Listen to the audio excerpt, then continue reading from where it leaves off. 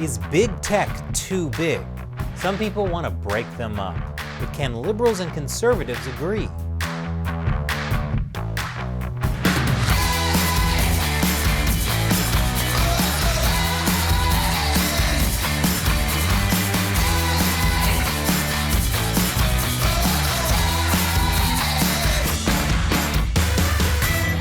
Welcome back to America Uncovered. I'm Chris Chappell. Joining me today is Rachel Bovard, Senior Policy Director for the Conservative Partnership Institute and Senior Advisor for the Internet Accountability Project.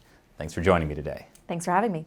So you helped launch the Internet Accountability Project, and one of its goals is to rein in big tech. What's the problem with big tech? Big tech is everywhere, and that's part of the problem.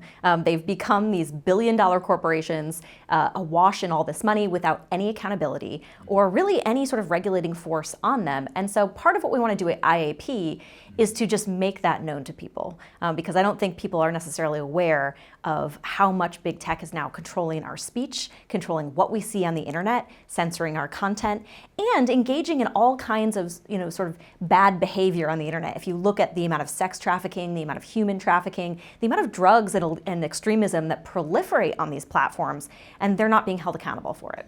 Yeah, the extremism is pretty ridiculous, even on Twitter.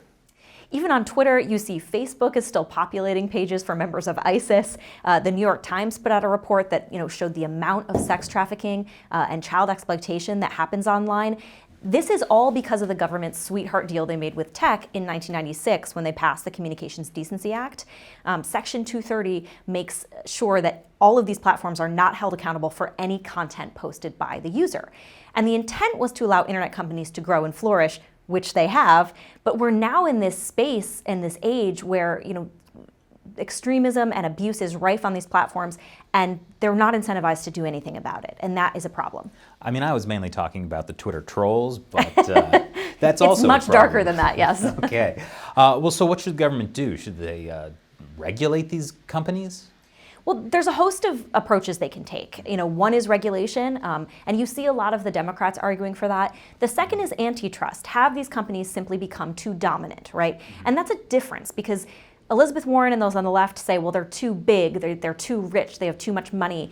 But that's not the same as being too dominant, right? Because size and being peerless are two different things. And I think those on the right would say, well, we need to look at if this is actually a free market in tech or if there's a space for antitrust to play a role here. And that's what I think some on the right are focused on. Okay, so what really is the difference between antitrust and regulation? So regulation is sort of a heavy-handed sort of hammer approach to tech, right, or to any problem. Antitrust, on the other hand, is more of a scalpel. It goes in and says, is this a free market? If it's not, it takes either structural changes, or policy changes to take a targeted approach to solving the problem. And I think, for those people on the right who are sort of adverse to regulation as sort of a principle, antitrust is a little bit more of a targeted approach to the problem. Okay, so what would you say to some of these conservatives who view any kind of control of big tech as bad regulation? So I would urge them to actually look at what's going on because, I think I would start from the same premise, right? People promote the free market, as do I, and these are private companies. You want to protect the innovation in the space. I get that. But I think these companies have become something that we've never seen before, something our laws and our policy has never seen before. They've become this, digital public square to some extent with unprecedented control over what we see and how we communicate. And so that, I think, is worth taking a second look at. And so that's what I would say to folks on the right who oppose this approach at all is you're really just not paying attention to what's going on. Basically, okay, boom. Right, a little bit of okay boomer here. You need to understand, really what's going on and the amount of surveillance these companies are doing on individual citizens, and if that requires a policy response. Just start to have the conversation, I think, is a step forward for the right that some are even unwilling to do. Well, I certainly don't want the government surveilling me, but I don't mind if Google has every piece of information about me. That apparently seems to be the approach, which I think is dissonant a little bit. Those on the right who are dramatically opposed to government surveillance, but are completely fine with private companies surveilling you. Because again, the opt-in, opt-out question is not operative like anymore. Choose something other than Google or other than Facebook. Right. It's this idea, well, if you don't want to be surveilled, don't use these services. That's not how it works anymore. Like if you are on the internet, Google is watching you. You may not be on Facebook. Facebook has a profile on you. You think you're deleting your Facebook data? No, Facebook is keeping it. Google even admitted recently in a Senate Judiciary hearing that even when the consumer thinks their location tracking is off, Google is still tracking you. And so that's why this oversight is really important, because the consumer doesn't have the ability to compel Google to give them these answers. Congress does. And so that's really important, I think, for consumers to be able to make an informed choice. They need Congress to do some of this oversight. Well, so what if I moved to my cottage and no Wi-Fi stan? Would I be safe? You would probably be safe, but if that's the answer that we have for people who don't want to be surveilled by Google, is to get off Wi-Fi and move to a cave, that again is not operative for most people. And it's a lot of the libertarians will say, well, look, just use a VPN and a Faraday bag and protect yourself. The answer shouldn't be, for someone who wants to have a private experience on the internet, a regular citizen, the answer shouldn't be you have to take 26 steps to get to that point. My mom has no idea what a VPN is. Hi, Mom. No offense.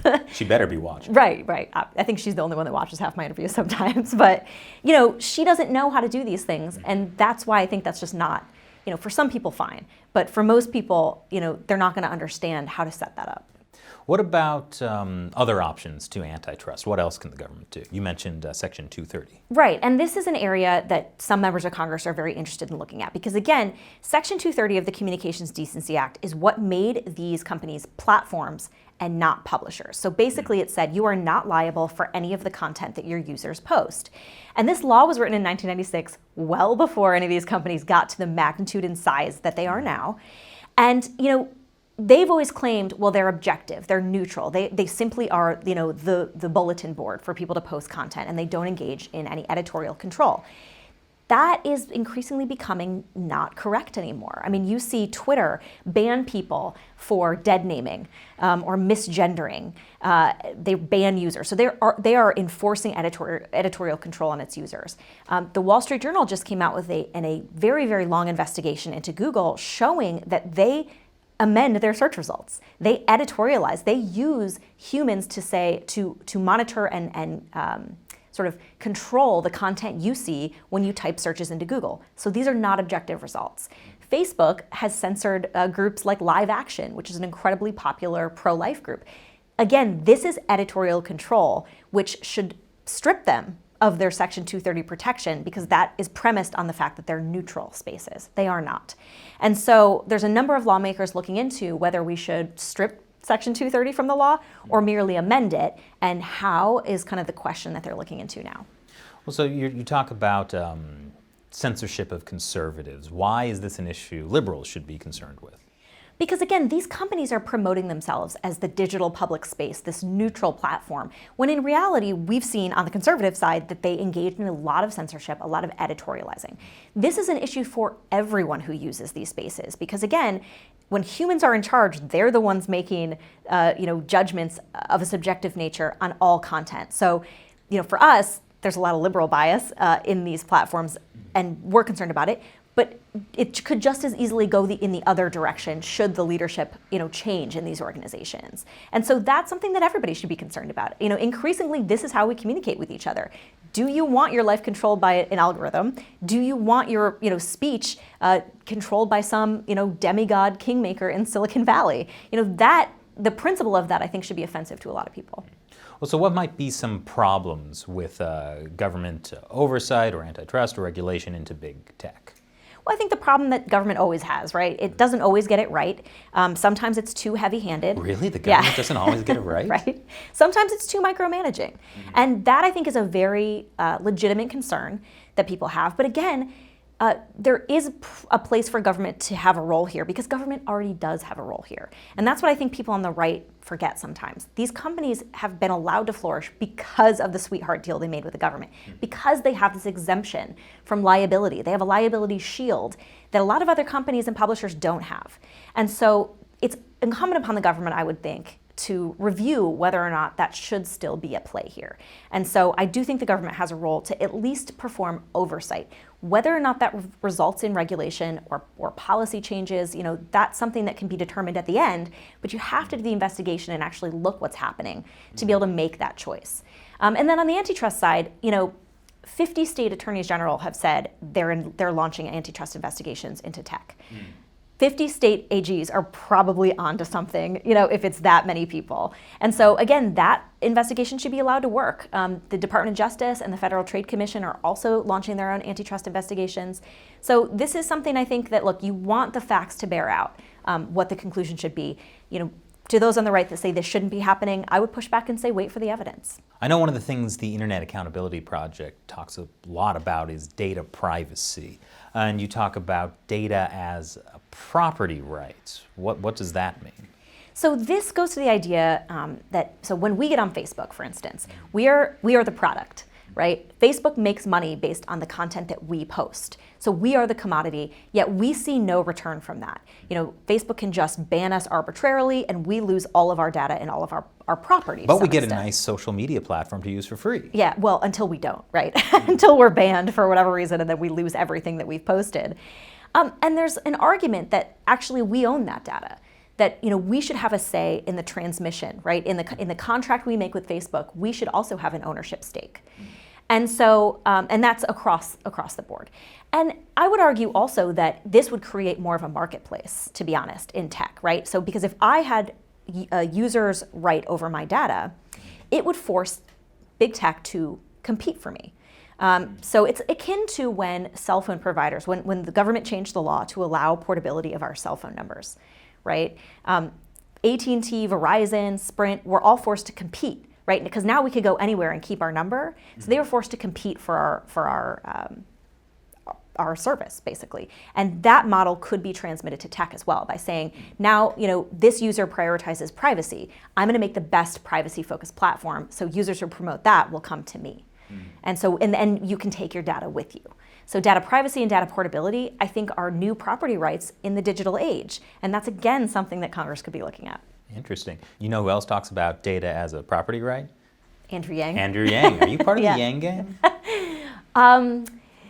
I don't think, I'm maybe part of the Yang gang on this, although I think his approach is a little bit more heavy-handed than I would take. He sets up an entire bureaucracy to manage data as a privacy right. I think this can be done very easily without that. But I do think that he's onto something. And I think, more of he's a millennial, I think. I'm a millennial, right? This is something that our generations are talking about. And I think, Republicans on the right have been lapped, I think, a little bit on this issue, and they need to catch up. Because I don't support creating a government bureaucracy around data as a property right, but I do support looking into it as a policy. Well, great. Thank you for joining me. If somebody wanted to learn more about you or what you do, where should they go? So the Internet Accountability Project is at theiap.org, and everything I'm doing is on my Twitter, @Rachel Bovard. Great. Well, thanks again for joining. Thank you.